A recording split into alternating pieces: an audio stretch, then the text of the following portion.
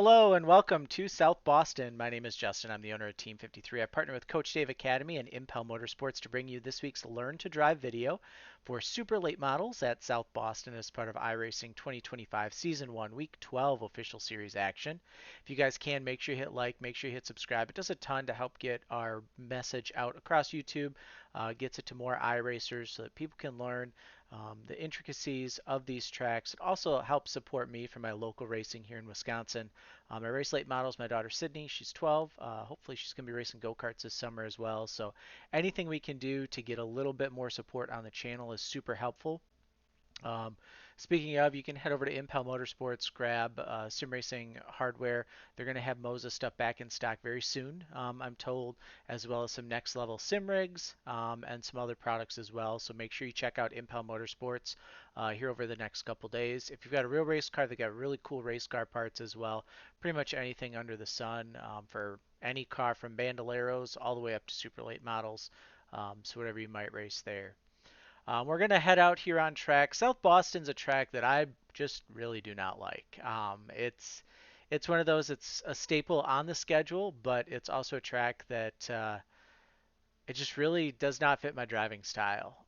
I'm always frustrated whenever I run here at South Boston. I think the least frustrated I've ever been was this last week. Sierra Super Series. You can catch a recap on our channel as well. But let's head out here and go.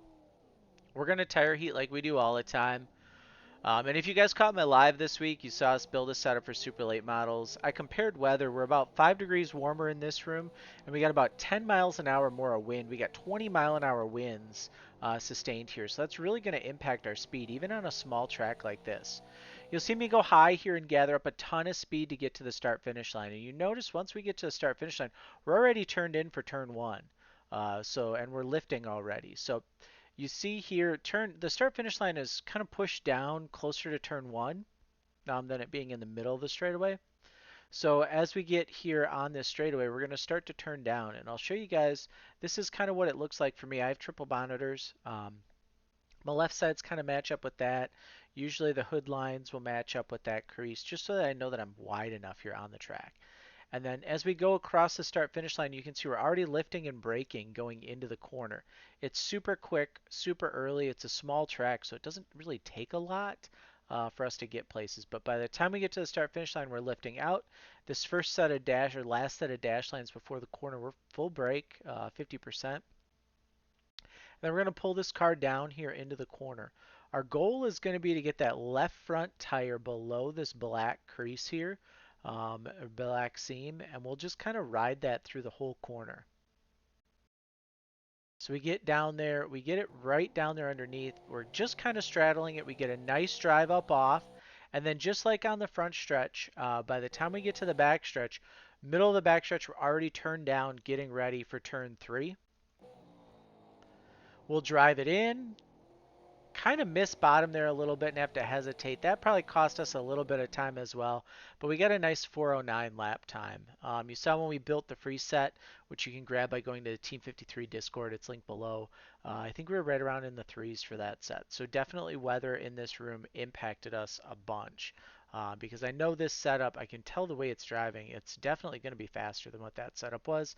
Just difference in weather, difference in track conditions, it all plays into it on iRacing now on whether we're going to get a super fast lap. So just kind of keep that in mind. Let's hop in the cockpit though. Let's give you guys a lap here inside the car. So here we go.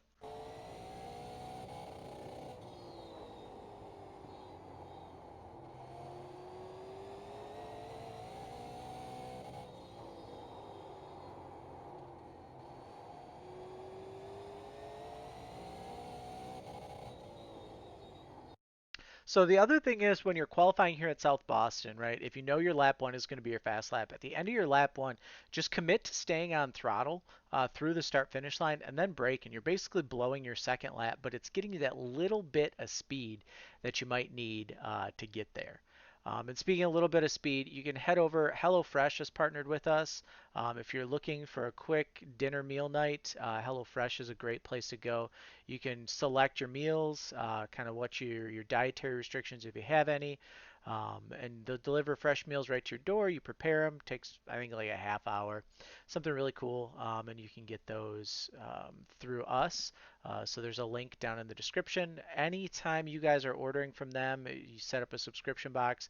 It's going to benefit us here at Team 53, and we can always use that support. So head over there. And then Liquid IV, if you guys are gearing up for race season, it's a great way to stay hydrated. It comes in a little pouch. You rip the pouch open, pour it in a water bottle. It's great for me when I'm at the racetrack. I'll just bring some Liquid IV. It keeps me from having to buy Gatorade and sucking down all those artificial dyes that are in Gatorade. So head over to Liquid IV, use code JL53. It'll get you a little bit of a discount. You guys can see now we're looking at race laps. It's pretty much the same as what we see normally here for race laps. Nothing super spectacular. Nothing out of the ordinary. You're going to hear the car chip out just a little bit at the end of the straightaway. Now, one thing I will tell you guys is from Sarah Super Series, the second lane came in here. This track might be cold enough to where the second line's not really going to come in. But if that second lane starts to come in, go to the second lane and you'll just be able to drive right past guys. Once they go down to the bottom, you can use that outside lane. The only thing is it gets a little hectic coming off the corners, so you just kind of have to be aware and make sure that you can trust the person underneath you. Um, Other than that, passing at South Boston's super difficult if it stays single lane. You'll see a lot of dive bombs into one, a lot of dive bombs into three.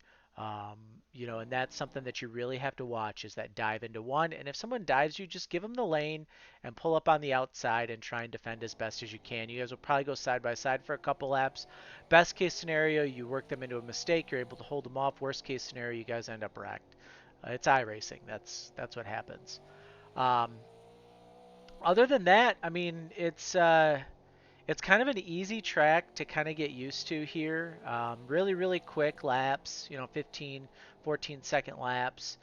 And it's just really keeping that left front as close as you can to this black line through the corners. You'll see in 3 and 4, I kind of diamonded a little bit. Another thing to think about too with the super late model, and I tell you guys this every time, is if you have not already done so, go into your controls and map a button for your brake bias.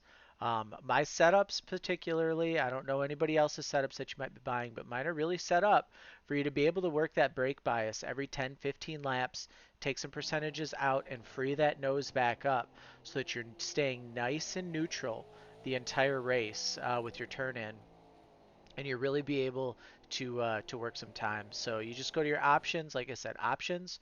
We go to control, and then we hit that brake bias. If you guys end up running the outside lane here a lot, I would highly recommend you change your gear. So remember, the smaller number in gear is going to give you more straight line speed, slower acceleration.